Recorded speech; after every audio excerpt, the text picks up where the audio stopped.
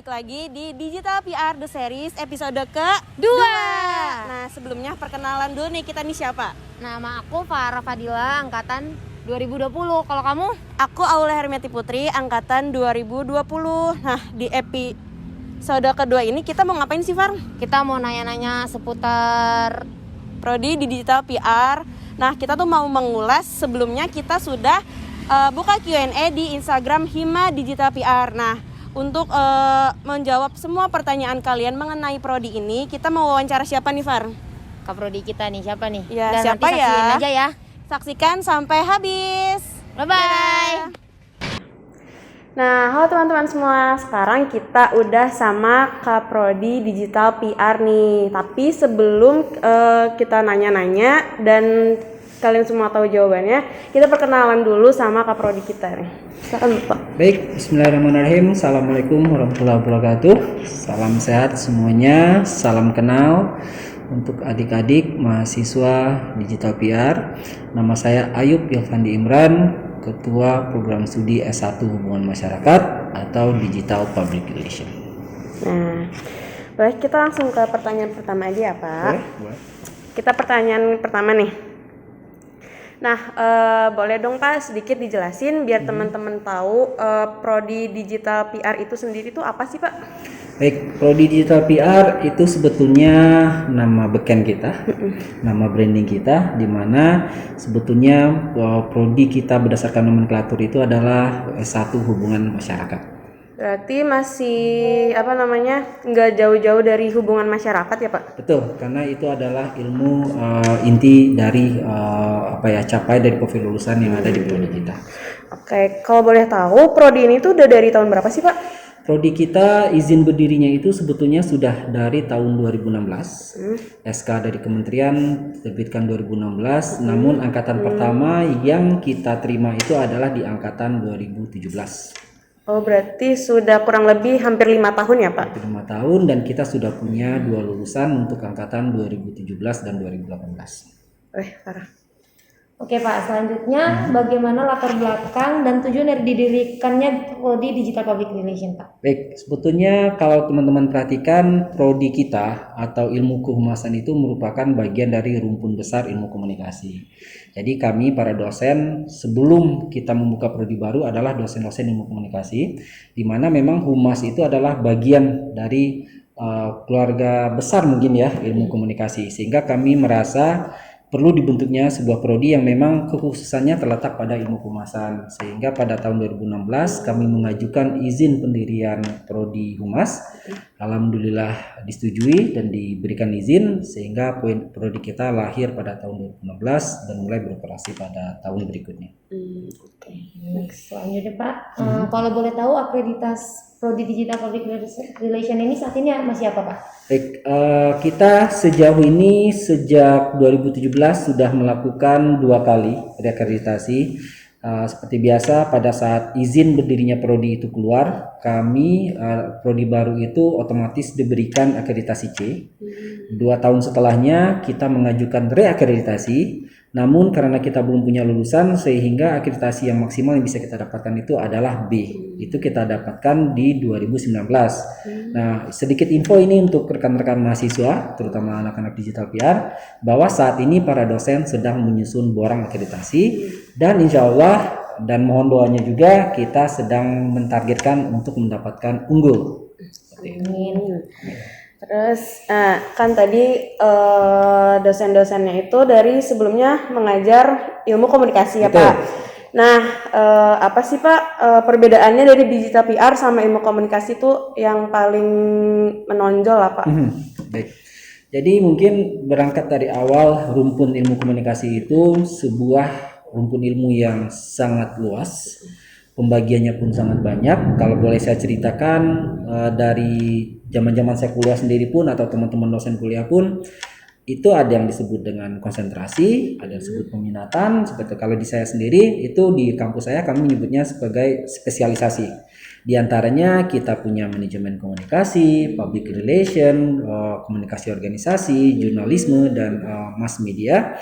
Dan kebetulan memang Yang kalau dibilang membedakan itu bukan sesuatu yang seharusnya kita bedakan sebetulnya, karena memang digital PR itu bagian dari keluarga besar ilmu komunikasi. Namun tentunya yang sedikit kalaupun memang kita kita cari distinktifnya antara prodi PR dan ilmu komunikasi itu adalah mungkin lebih khususnya ke bidang ilmu humas, ilmu lebih dekat juga ke ilmu manajemen komunikasi juga, korporasi, dan yang namanya media handling, media relations, dan intinya humas itu ada di sana. Nah, aku mau nanya nih Pak, hal apa aja sih yang menarik untuk dipelajari di prodi digital PR ini? Oke. Sebetulnya berangkat dari nomenklatur hubungan masyarakat itu kami mencoba untuk memberikan bahkan kalau kita bicara di hubungan masyarakat kita mencoba untuk memberikan khususan di mana kita lebih pendekatan secara digital seperti itu. Kami ingin digital atau pendekatan digital ini merupakan karakteristik atau identitas khusus prodi kami dibandingkan dengan prodi-prodi hubungan masyarakat lainnya yang ada di Indonesia. Dan itu pun kami coba rumuskan kepada mata kuliah yang kami tawarkan di kurikulum.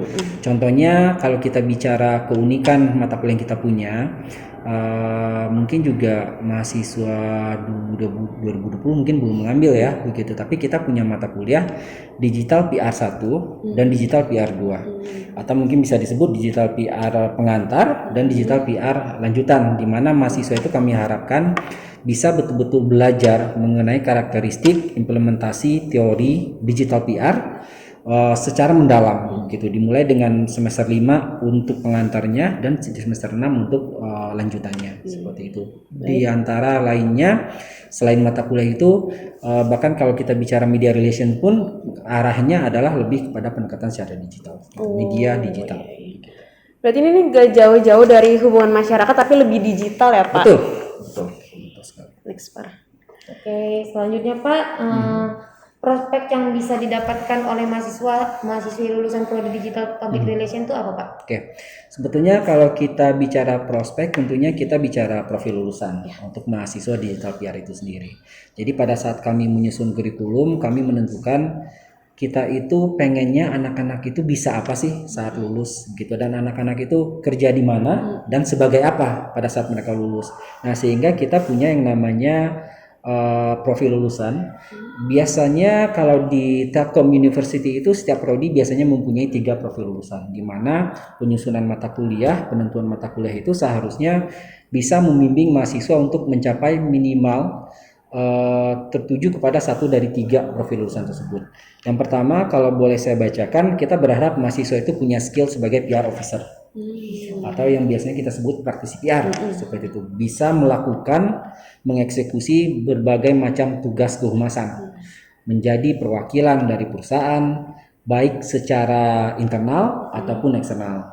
Dan juga kita punya digital PR analyst begitu, bisa menganalisa, bisa mengeksekusi, dan bisa menghasilkan begitu pesan-pesan dengan menggunakan pendekatan digital media seperti itu. Yang terakhir adalah corporate communication planner, di mana bisa menyusun, bisa merancang dan eksekusi berbagai macam aktivitas komunikasi gitu, terutama dalam ruang lingkup corporate.